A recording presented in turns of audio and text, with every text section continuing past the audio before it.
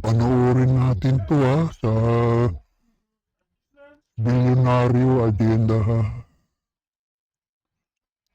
Sandro Marcos, itinatanggi pork barrel 50 billion 50.8 billion pondos para sa kanyang distrito.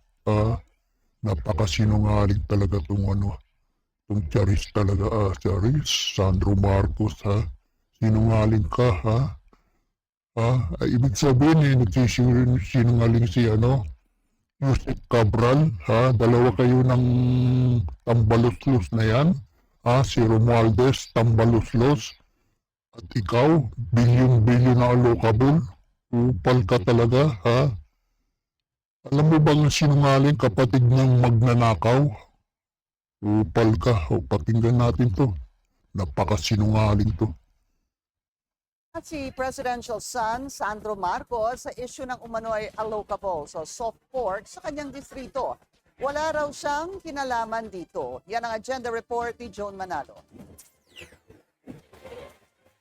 Sinagot na ni House Majority Leader at Presidential son Sandro Marcos ang issue na isa umano siya sa mga nakatanggap ng pinakamalaking pork barrel mula 2023 hanggang 2025. Sa isang panayam, nanindigan si Congressman Marcos na wala siyang kinalaman sa alokasyon ng DPWH funds para sa 1st District ng Ilocos Norte sa ilalim ng National Expenditure Program. Number one, that was a initiative of the executive. Meaning wala po kinalaman ang congressman, wala po kinalaman ang legislative sa pag-allocate ng kahit anuman na amount doon. Bilang isang mambabatas, bilang isang tao na kung ang kanyang trabaho na ipaglaban ang kailangan ng kanyang distrito, my mayors, my constituents, my barangay captains come to me with priority projects all the time. And it is my job to forward those projects where necessary. But it is the prerogative of the executive as to where those funds go when the NEP arrives into Congress. Sa ulat ng Philippine Center for Investigative Journalism, Nobyembre noong nakaraang taon, sinabi nito na nakakuha si Congressman Marcos ng 15.8 billion pesos in DPWH funds o tinatawag. Sandro Marcos allocable pork barrels kasama si Tambaluslos si Romualdez, pork barrel king kayo, kupal kayo. Napakasinungaling mo. Sinungaling kapatid ng magnanakaw, kupal ka. Tawag ding allocables mula 2023 hanggang 2025. Ang tiyuhin naman niyang si dating House Speaker Martin Romualdez nakakubra raw ng 14.4 billion pesos na allocables para naman sa 1st District ng Leyte. Pero giit ng kongresista, DPWH ang makakasagot tungkol sa issue. With regards to that, you will probably have to ask the DPWH. But again, it is the job of a congressman to fight for the projects in their district to make sure that the constituents are well taken care of and that their priorities are met and received. Isa ang 2023 to 2025 National Expenditure Program sa mga pinagbasehan ng pangalawang impeachment complaint laban kay Pangulong Bongbong Marcos.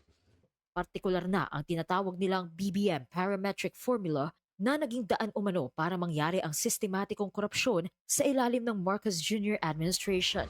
Ayon sa reklamo ni Liza Maza at iba pang miyembro ng progressive groups, dinisenyo ang BBM parametric formula para pondohan ang allocables na nasa discretionary priorities ng mga mambabatas. Pero nanindigan si Congressman Marcos na DPWH lang ang makakasagot nito bilang implementing agency ng infrastructure projects sa bansa. Para sa agenda, Joan Manalo.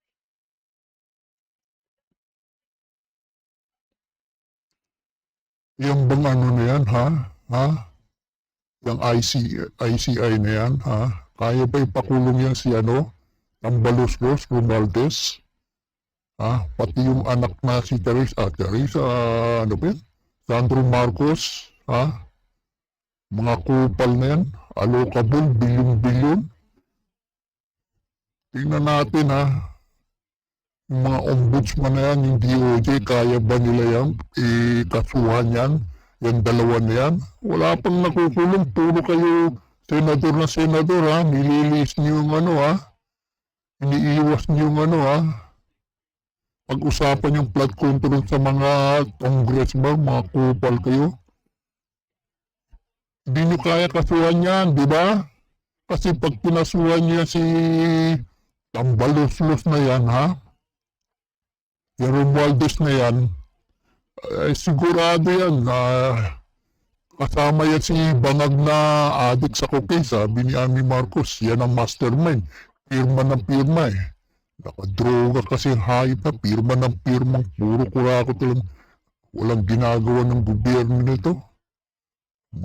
Hanggang ngayon, wala pang nakakasuhan tong dalawa nito. Niloloko niyang mga tao. Senador, kupal kayo, mga hayop talaga kayo. Naku, hayop talaga kayo, mga puro kayo kurakot, hayop kayo. May karma rin yan.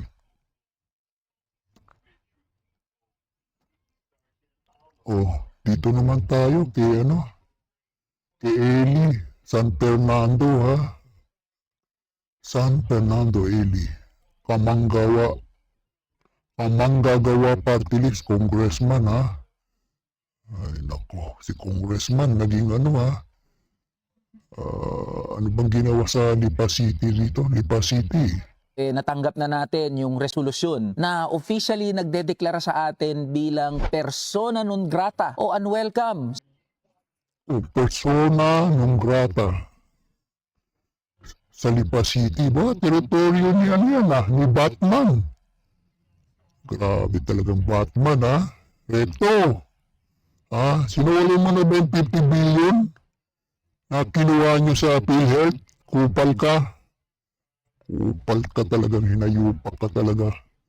Pinapasuli sa'yo. Pinapasuli sa'yo na naku, hanggang nga, nasa huli na ba yan? Yung 50 billion ba yan? Billion. Ayop talaga, ikaw Batman ka talaga, puro ka bat ng bat. Sa bayan ng Lipa sa Batangas. Sa kopya ng Resolution number 501 ng Sangguniang Panglungsod ng Lipa City, Batangas, nakasulat dyan, unanimously approved. Ibig sabihin yung buong Sangguniang Panglungsod ang nagdeklara sa atin bilang unwelcome sa Lipa City. Paano na tayo maglulume dyan sa bayan ng Lipa kung persona non grata na ako dyan, mga boss? Kung matatandaan yung mga boss, naglabas ng resolusyon ang Korte Suprema na nagdedeklara na illegal yung ginawang pag-transfer ng PhilHealth funds patungo sa national government. At ang Secretary of Finance, nung nangyari yung kalokohan na yan, walang iba kundi si Secretary Ralph Recto. Kaya binanatan natin yung isang malaking kalokohan na yan, kaysa naman manahimik tayo. Pera ng mga manggagawang pinag-uusapan. Ngayon, yung City Council ng Lipa City, sabi, nakakabastos daw, hindi daw kagalang-galang. Anong gusto nyo? Walang kibo, walang gawin dyan sa ginawa na illegal na pag-transfer ng PhilHealth funds. Pondo ng mga manggagawa yan, kinakalta sa sahod buwan-buwan, tapos mababalitaan natin, ililipat o kukuhain lang ng national government kaysa ilagak doon sa mga serbisyong pangkalusugan. At mga boss, hindi lang tayo nag-uusap ng ilang libong piso dito. Ang pinag-uusapan natin ay 60 bilyong pisong pondo na Akala ko 50 billion, 60 billion pala eh. Batman, naibalik na ba yan sa PhilHealth yung 60 billion? Kupal kang Batman, Recto ka. Kupal ka talaga, hayop ka. Ginalaw-galaw mo yung PhilHealth. Bondo ng PhilHealth, tapos yung iba nilagay sa flood control. Kupal ka talagang Batman kang Recto. dapat napakinabangan sa mga PhilHealth services and programs. Kahit sino naman mapapamura dahil sa galit na yan eh. Kagimbal-gimbal yung ginawa, di syempre asahan nyo yung reaksyon ng mga tao, hindi lang ako yung mga manggagawa, talagang kagimbal-gimbal din na galit. At deserve yan ni Secretary Ralph Recto. Alam nyo mga boss, okay lang yan. Kinikilala natin yung karapatan, kalayaan at kapangyarihan ng City Council ng Lipa na magpasa ng mga resolusyon gaya ng pagdedeklara sa atin bilang persona non grata. Hindi naman yan mapipigilan yung paglaban natin at pagsusulong natin ng karapatan ng mga manggagawa at sa kung ano yung tingin natin na tama at makikinabang yung mga kamanggagawa natin. Gaya ng paglaban para mabuwag na yung walang kwentang provincial rate na ang makikinabang din naman ay yung mamamayan at mga manggagawa ng Lipa City dyan sa Batangas. At sa mga miyembro ng City Council ng Lipa, kung sa tingin nyo dapat naman talagang ipagtanggol at pangalagaan yung prestige ng notable son of Lipa, nasa sa inyo na yan. Pero kung inaasahan nyo na magsusori ako, pasensyahan. At sa mga bossing natin, sa mga ordinaryong mamamayan ng Lipa, asahan nyo mga boss, hindi tayo mapipigilan ng persona non grata para magtuloy-tuloy sa ating pakikipaglaban para mabuwag na yung walang kwentang provincial rate. At iabante, isulong ang karapatan at kapakanan ng bawat manggagawang Batanggenyo at lahat ng mga manggagawa sa buong Pilipinas. Kaya mga Oh, Batman, ito, naibalik mo na ba yung 60 billion? 60 pala, kanina sabi ko 15 billion. 60 billion pala. Upal ka talaga. Ayop ka talaga. May karma rin yan. Mga walang hiya talaga kayo. Puro kurako talaga pinagagawa nyo.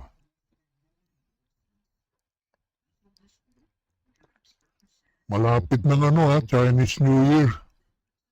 Next week, 16 daw, 16, 17, 10 days Walang pasok kami.